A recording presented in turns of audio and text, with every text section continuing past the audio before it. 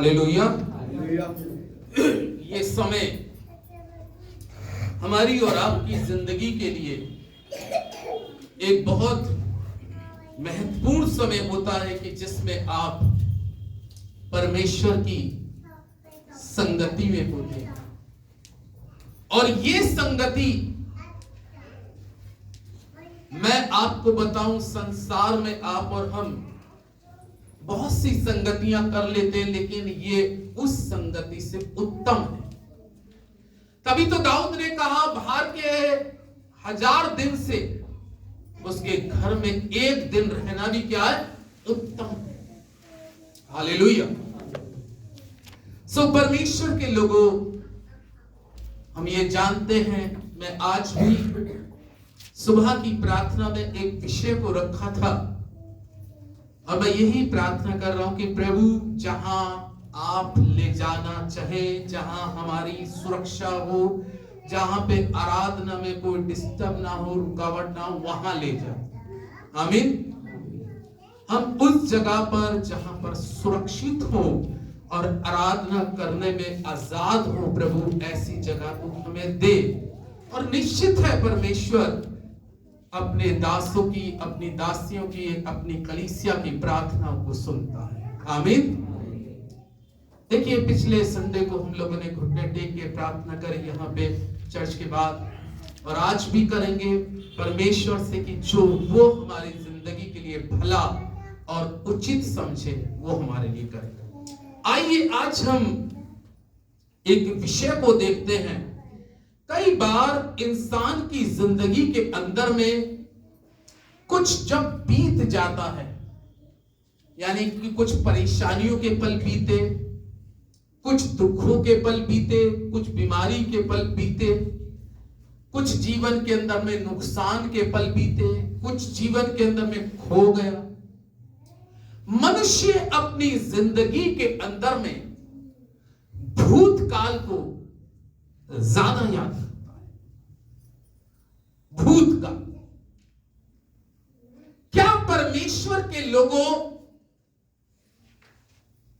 जो मेरी और आपकी जिंदगी में कल का दिन गुजर चुका है, या कल जो मेरी और आपकी जिंदगी में बीत चुका है, क्या वो दोबारा वापस आएगा?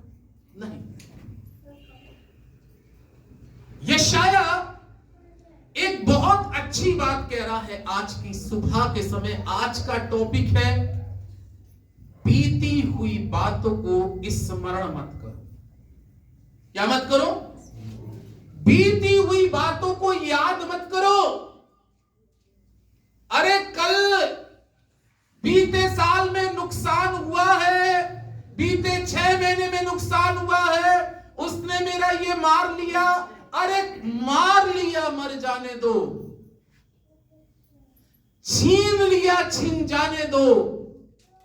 पीड़ा भरी रातें गुजरी, लेकिन वो गुजर गया। उसको याद करने से हम अपने घाव को फिर से हरा करते हैं। आमीन। यशाया में एक बहुत अच्छी बात 43 अध्याय को निकालें और उसका 18 पद, यशाया नबी की पुस्तक, उसका 43 अध्याय और उसके 18 पद के अंदर में भविष्यवक्ता यशाया इस प्रकार से कहता है, अब बीती हुई घटनाओं को स्मरण मत करो और ना प्राचीन काल की बातों पर। आमीन। क्या कह रहा है परमेश्वर का वचन है? बीती हुई घटनाओं पर स्मरण मत करो। बीती हुई बातों पर, बीती हुई घटनाओं पर। अरे 6 साल पहले ये बीत चुका, मैं अभी तक रो रहा हूं। 1 साल पहले ये समस्या मेरे जीवन में आई और इतना नुकसान हो गया, उसी के लिए रो रहा हूं। अरे परमेश्वर के लोगों, उसके लिए रोने की जरूरत नहीं है। उसको बार बार याद करने से हम बीती हुई बातों में डूब जाते हैं और हमारे जख्म जो होते हैं वो फिर से हरे नजर आने लगते हैं। जख्मों के ऊपर में अगर जब जब आप बीती हुई घटनाओं को और बीती हुई बातों को अपने जीवन के अंदर, अरे बीते साल, बीते 6 महीने तो मैं 1 लाख कमाता था, 2 लाख कमाता था, अब तो मैं 1000 ही कमाता। अरे भैया क्या फायदा, क्या फायदा उसको याद करने से। मना कर रहा है भविष्यवक्ता। क्या कह रहा है भविष्यवक्ता? बीती हुई बातों को स्मरण करने से आत्मा का कोई लाभ नहीं है। याद रखिए प्रभु के लोगों, इस समय आप वर्तमान समय में बैठे हैं, ये वर्तमान समय में बैठे हैं, लेकिन फिर याद क्या कर रहे हैं? कोई मेरे दादा थे, परदादा थे, उन्होंने ये मेरा मार लिया, उसने ये मार लिया, याद वो करे रे मारने वाला तो मार के चला ही गया, और हो सकता है वो ऊपर भी चला गया हो, लेकिन याद वही चीज आती है। परमेश्वर के लोगों, हमें परमेश्वर का दास भविष्यवक्ता इस चीज के लिए चेतावनी दे रहा है, या हमें आग्रह कर रहा है, या पौलुस की तरह रोमियो 12 के द्वारा वो हमसे निवेदन कर रहा है, उनको याद करने से कुछ नहीं होगा। उसको रोने से लेकर अभी तक कुछ नहीं होगा खुदा के लोगों। लेकिन कई बार शैतान इंसान को वहीं पर याद दिलाता है, चेंजिंग करने की जरूरत है। हालांकि पौलुस इब्रानियों में एक बहुत गहरी बात कहता है। अगर इब्रानियों 12 अध्याय को निकालें, जिस किसी को मिल जाए करे पढ़े, क्योंकि मुझे बार बार चश्मा लगाना पड़ेगा नहीं तो। इब्रानियों 12 अध्याय,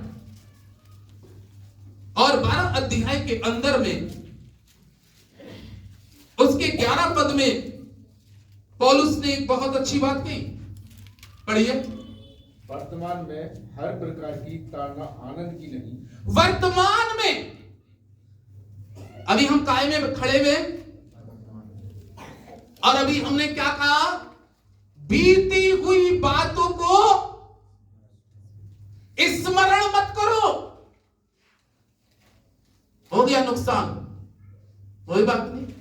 अरे नुकसान भरने वाला तो आपका ऊपर बैठा है।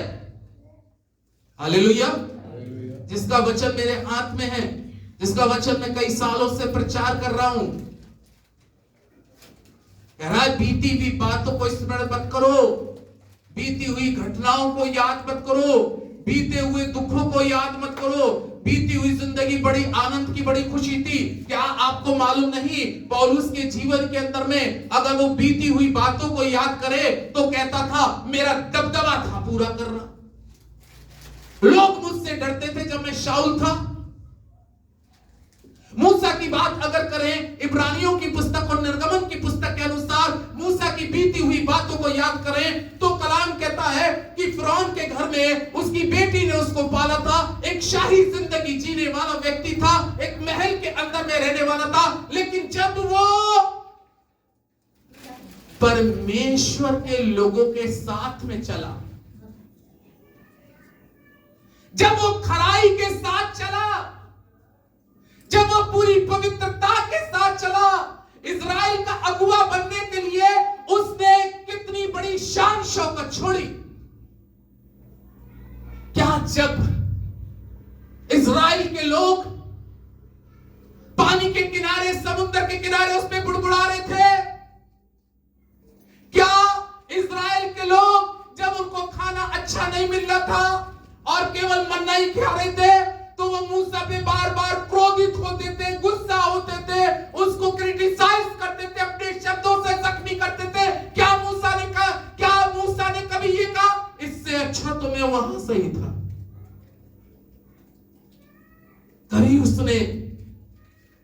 बीते हुए समय की खुशियों को याद नहीं किया। आमीन।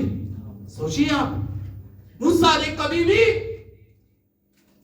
ये नहीं कहा, अरे जाओ तुम, मेरा जीवन तो वहां पे अच्छा था, तुम्हारे चक्कर में मैं निकल के आया और महल छोड़ा, गद्दी छोड़ी, शान शौकत छोड़ी, और उसके बाद में मेरे को साथ तुम्हारा दुर्व्यवहार कैसा हो रहा है,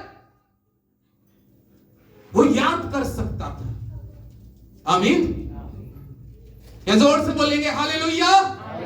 वो याद कर सकता था कि इससे अच्छा तो मैं कहां पे था, मिस्र में था, क्योंकि मैं मिस्र का राजा बनने के हकदार था।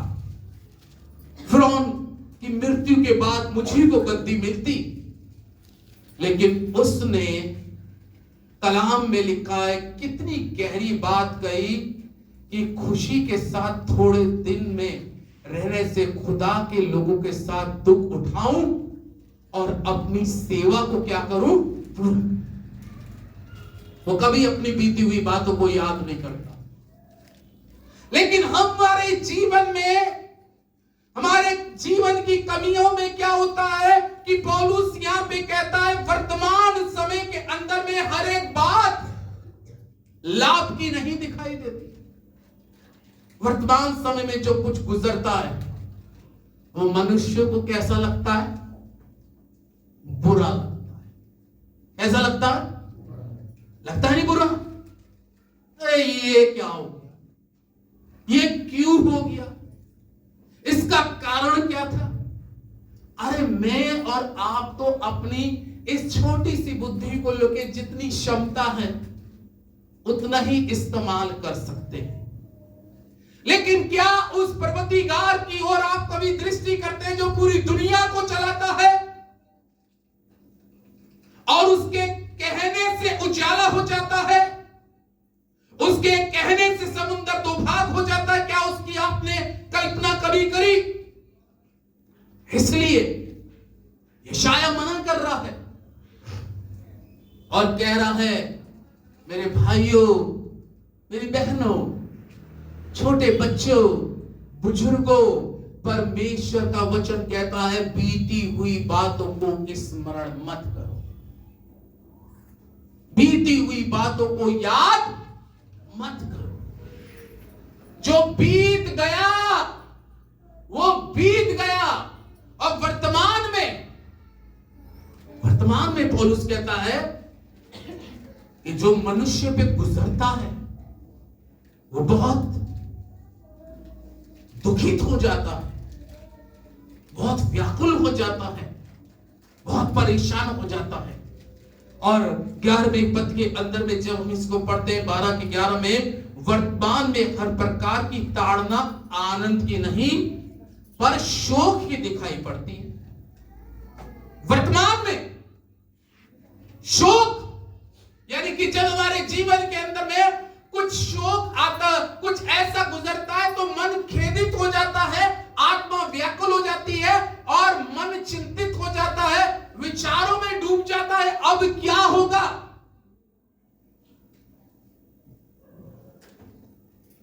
हाँ, परमेश्वर के लोग, वो मना कर रहा है, कह रहा है बीती हुई बातों को स्मरण मत करो। आमीन। जो परमेश्वर यहां तक था हमारे साथ, वो परमेश्वर आगे भी हमारे क्या रहेगा, साथ रहेगा। जब छोड़ सकता है मित्र, सगे संबंधी, कलीसिया के भी लोग साथ छोड़ सकते हैं, लेकिन जो खुदा ने हमें दिए वो हमारे साथ गड्ढे में भी खड़े होंगे। आमीन। ये पक्का है, जो खुदा ने दिए होंगे। छठनी जब होगी ना, छठनी को क्या बोलते हैं, जब मसीह का आगमन मत्ती 25 में होगा तो भेड़ और बकरियों को अलग करेगा। इसी तरीके से खुदा भी, जिसने अपने दास को इस कलीसिया में जो लोग मुकर्रर किए हैं वो हर जगह उसके साथ होंगे, और जो मुकर्रर नहीं किए, चाहे उनके घर के सामने भी आराधना की जगह हो, तब भी उनका मन एक जगह स्थिर नहीं रहेगा। ये भी पक्का। इसलिए क्या करना है। अब ये वर्तमान में मैं खड़ा हूं और भूतकाल में आपके साथ कुछ बुरा गुजर चुका है। आपको अपनों ने परेशान किया, दुखी किया, शब्दों से जख्मी किया, आपके नुकसान पर भी उन्होंने तालियां बजाई। अच्छा, इसका नुकसान हो रहा है। अरे नुकसान से कभी मत डरिएगा, क्योंकि नुकसान का भरने वाला जिंदा है ना। वचन क्या कहता है? एक शख्स से मुलाकात कराऊंगा जिसका बहुत जबरदस्त नुकसान हो गया, और नुकसान में, उसके भारी नुकसान में, जब वो अपने लोगों से उम्मीद रख रहा था, किसी के साथ अगर जीवन में प्रॉब्लम आके खड़ी हो जाए, अगर जीवन में किसी के साथ प्रॉब्लम आके खड़ी हो जाए, तो सबसे पहले उसका दिमाग कहां जाएगा? अपने खास लोगों पे जाएगा।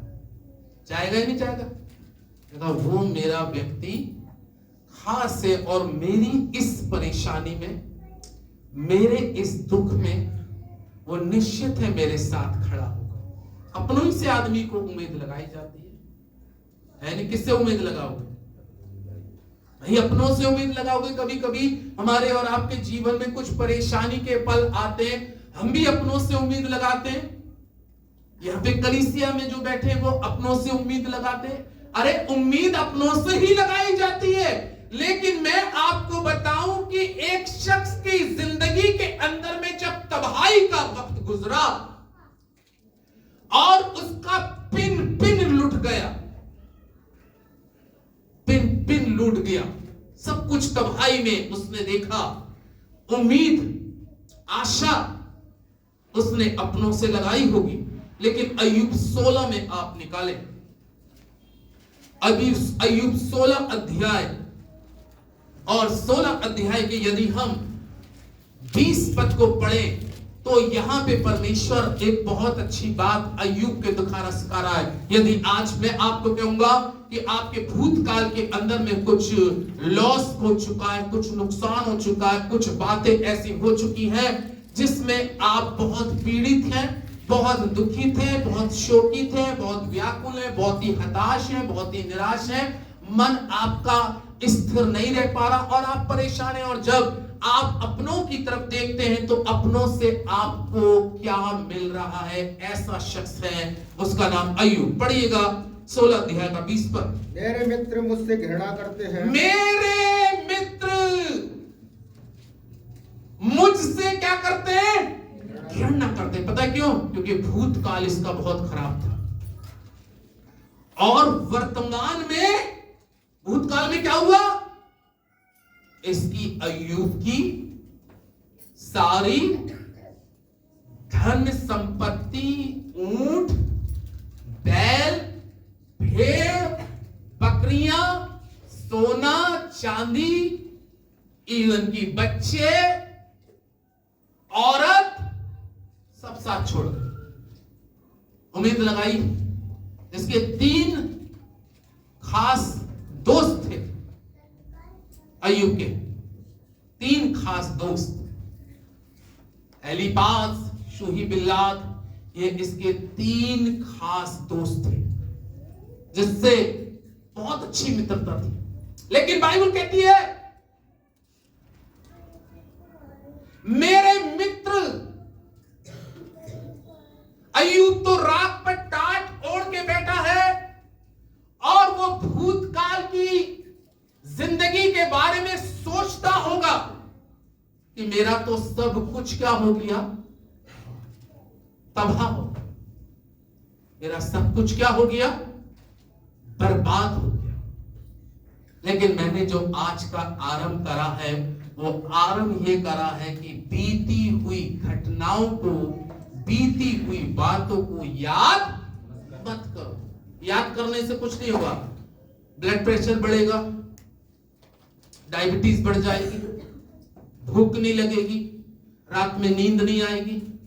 ये सारी प्रक्रियाएं इस शरीर के अंदर में आरंभ हो जाएंगी अगर हमारी लाइफ के अंदर में कुछ ऐसा गुजर चुका है लेकिन वर्तमान में आपको क्या करना है? जब आपसे आपके मित्र, आपके रिश्तेदार, आपके सगे संबंधी आपकी जिंदगी के अंदर में बर्बादी के पल में आपसे घृणा कर रहे हैं, क्योंकि उस समय एक बड़ा परख का समय होता है। आपकी खुशी में सब शामिल है, लेकिन अच्छा मित्र, अच्छा दोस्त और अच्छा रिश्तेदार और अच्छा पड़ोसी वही है जो आपके दुख में आपके साथ खड़ा हो। आमीन। वो अच्छा, आपका सबसे अच्छा दोस्त है, चाहे वो आपके घर के पड़ोस का ना हो, किलोमीटर दूर का हो, लेकिन वो आपका सबसे बेस्ट फ्रेंड है। वो सबसे आपका अच्छा दोस्त है जो आपके दुख में, आपकी मुसीबत में, आपकी परेशानी में आपके साथ खड़ा होकर परेशान मत हो, मैं जिस योग्य हूं तुम्हारे क्या हूं, साथ। मित्र, मेरे अजीज अय्यूब कहता है मेरे मित्र मुझसे घृणा करते, लेकिन उसको मालूम है मैं अगर भूतकाल की बातों को लेकर डूब गया तो मैं मर जाऊंगा। आमीन। मैं भूतकाल की बातों को लेकर अगर मैं चिंतित रहा, परेशान रहा, लेकिन एक बड़ा ऐसा समय अय्यूब के जीवन में कि जब उसकी आंखों में लिखा है धुंधला पन आ गया। रोते रोते आप ऊपर के पद को पढ़ेंगे तो लिखा उसकी आंखें धुंधलाने लगी, आंसू इतने बह चुके थे कि आंखों में से आंसू आना भी बंद हो गए थे। शरीर उसका हड्डी और चमड़ा हो चुका था, खाल जमीन पे लटक रही थी, लपेटता था टाट से और बांधता था, ये कंडीशन थी। और जब उसके मित्र बदबू आ रही है इसमें, दूर से ही देख ले, सोचते होंगे शायद, आपस में डिस्कशन करते होंगे शायद आज की रात इसकी आखिरी रात होगी, क्योंकि ये तो पूर्वियों में सबसे ज्यादा मालदार था। लेकिन आपको अपना अगर भविष्य बेहतर करना है तो बाइबल में लिखा है अपने सताने वालों के लिए, अपने दुश्मन के लिए भी क्या करो, प्रार्थना करो। मत कहे जैसा उसने मेरे साथ किया वैसा ही मैं भी तेरे साथ करूंगा। यह मत सोचिए। क्या कर रहा है अय्यूब? उसके लोग उससे नफरत कर रहे हैं, उसके लोग उससे घृणा कर रहे हैं, उसके लोग उससे मुंह मोड़ रहे हैं, लेकिन खुदा के लोगों, आपको वर्तमान में अच्छा बीज बोना है, वर्तमान में अच्छा बीज बोना है, भविष्य आपका खुदा संभालेगा। अय्यूब क्या कर रहा है? अपने मित्रों के लिए, अपने दोस्तों के लिए दुआएं मांग रहा है। क्या मांग रहा है? दुआएं मांग रहा है। उनकी जिंदगियों के लिए आंसू बहाकर उनके लिए प्रार्थना कर रहा है। परमेश्वर क्या है? बाइबल में कहा है कि वो अपने, उसके मित्र उससे घृणा करते हैं, लेकिन बाइबल में लिखा है वो परमेश्वर के आगे आंसू बहा रहा है। तो मैं ये सोचता था कि शायद वो जो आंसू बहा रहा था, मैं जो सोच रहा था वो ये सोच रहा था इस चैप्टर को पढ़ के कि शायद वो अपने भूतकाल के जो नुकसान हुए हैं, मैं ये सोच रहा था कि जो भूतकाल में इसका एक इस जमाने का, जैसे अनिल अंबानी समझ लो, ऐसा व्यक्ति जो इतना रो रहा था, तो मैं ये सोचता था इस वचन को पढ़कर कि शायद वो अपनी उन सारी चीजों के लिए रो रहा है। आमीन। लेकिन बाद में पता चला ये अपनी बीती हुई नुकसान के लिए, बीती हुई घटनाओं के लिए, बीते हुए काल के लिए नहीं रो रहा। ये मालूम है किसके लिए रो रहा है? आइए पढ़े।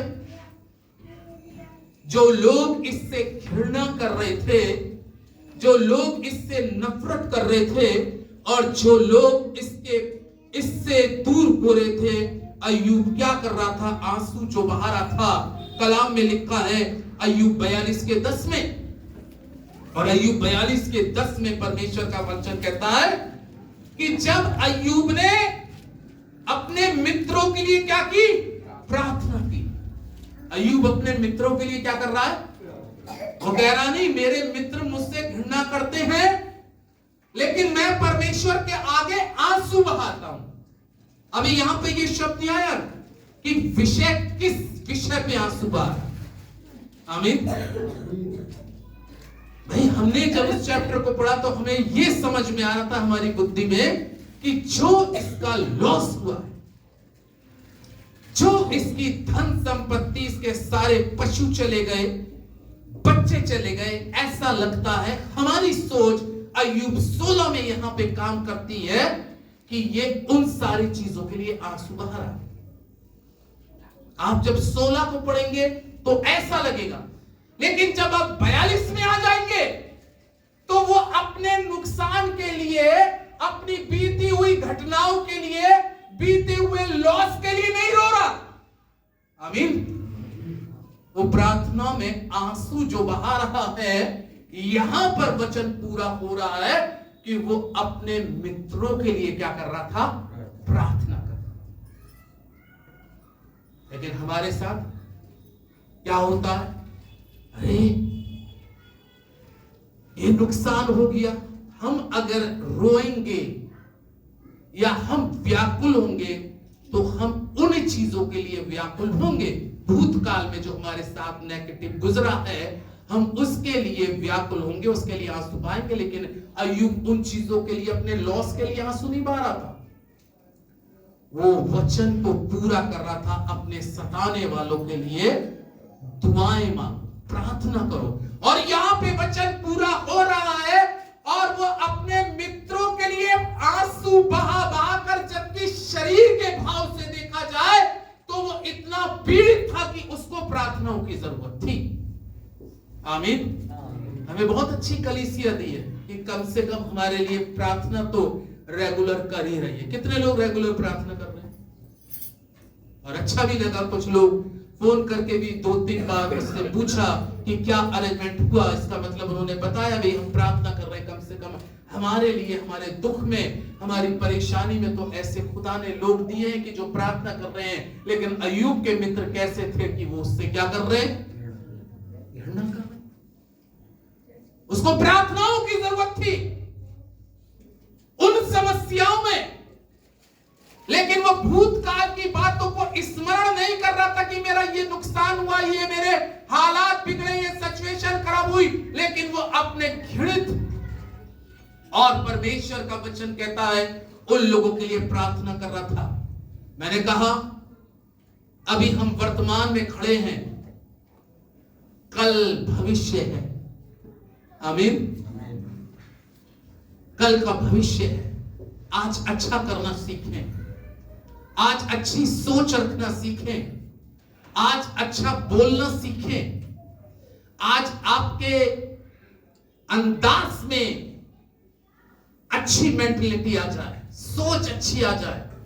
ये मत सोचिएगा कि ये घृणा कर रहा है, अरे खुदा बाप तूने मेरा तो सब कुछ ले लिया, इसको भी मार दे। ऐसा नहीं, इसका बेकार कर दे, नहीं।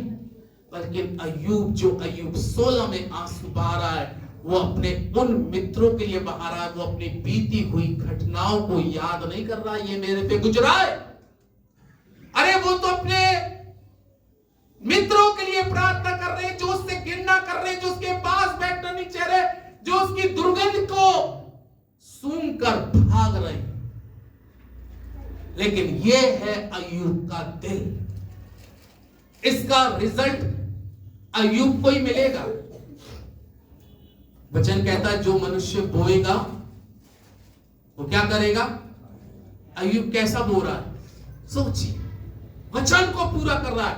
और जब उसने अपने मित्रों के लिए प्रार्थना करी तो कलाम कहता है कि परमेश्वर ने उसका सारा दुख क्या कर दिया? दूर कर दिया। आमीन। कैसा दुख? बोलिए मेरे पीछे, सारा, कैसे बोलिए, सारा दुख दूर कर दिया। जब उसने अपने मित्रों के लिए प्रार्थना करी, उस कंडीशन में जब उसका तबाही, एक तरफ से तबाही नहीं हुई थी, चारों तरफ से तबाही। अरे तबाही की भी झेलने की क्षमता खुदा देता है इंसान।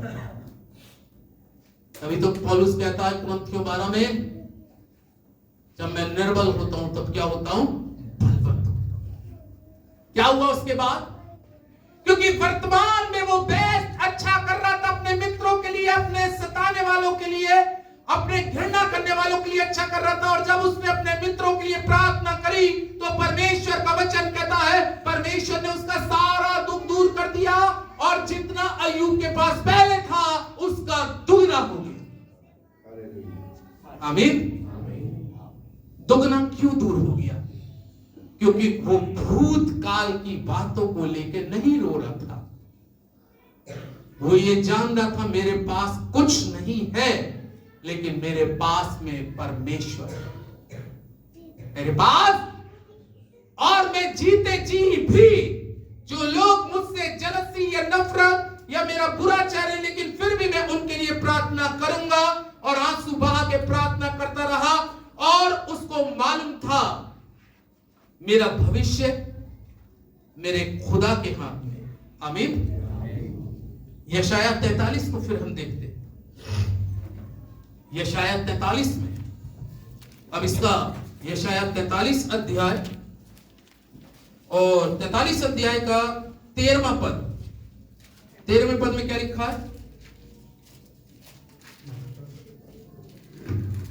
मैं ही परमेश्वर हूं और भविष्य में भी मैं ही हूं। भविष्य में, मैंने अभी भूतकाल की बात बताई। भविष्य आपको बेहतर बनाना है तो वर्तमान में भूतकाल को याद मत करना।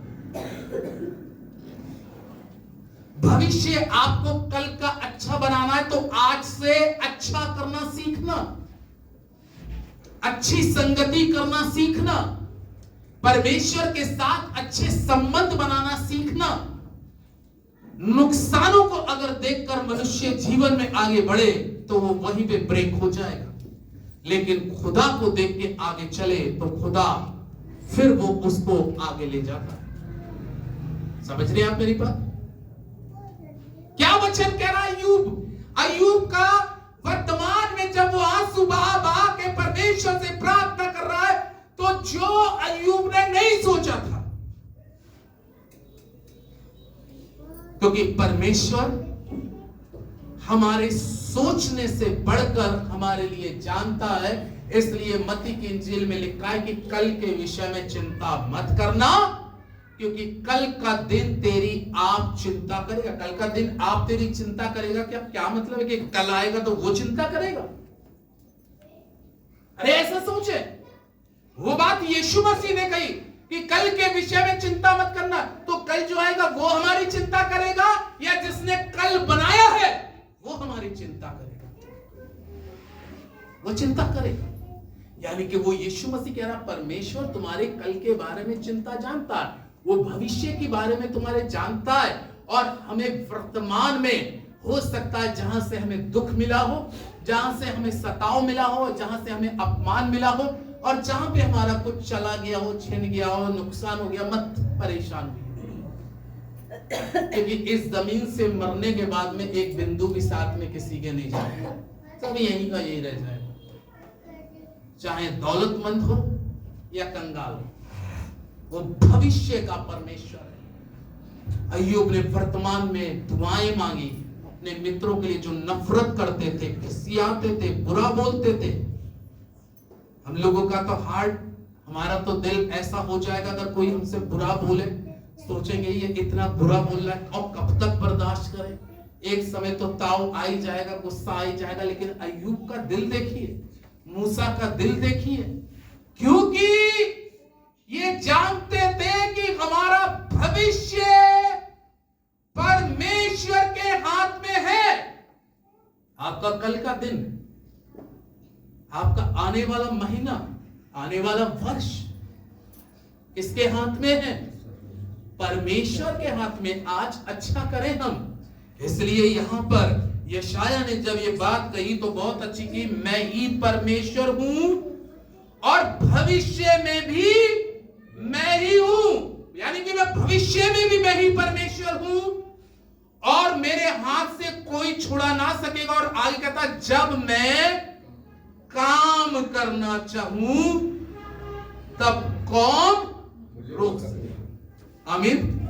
जब मैं तुम्हारी जिंदगी में अय्यूब काम करने जाऊंगा तो जो मित्र तुमसे घृणा भी करते हैं लेकिन तू प्रार्थना में लगा हुआ है, और जब मैं तेरे लिए भविष्य में कुछ काम करने जा रहा हूंगा या तेरे भविष्य को उज्जवल करने जा रहा हूंगा, तो कह रहा है कौन मुझको रोक सकता है।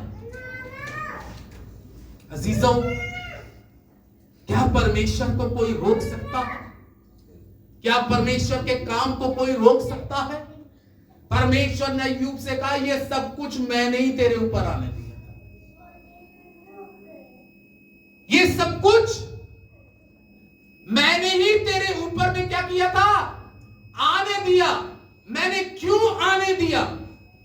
आखिर मैंने ये सब कुछ क्यों तेरे ऊपर में आने दिया कि मैं तुझे देख रहा था। क्या इस कंडीशन में भी तू भूतकाल को याद करता है या भविष्य के लिए वर्तमान में अच्छा करता है?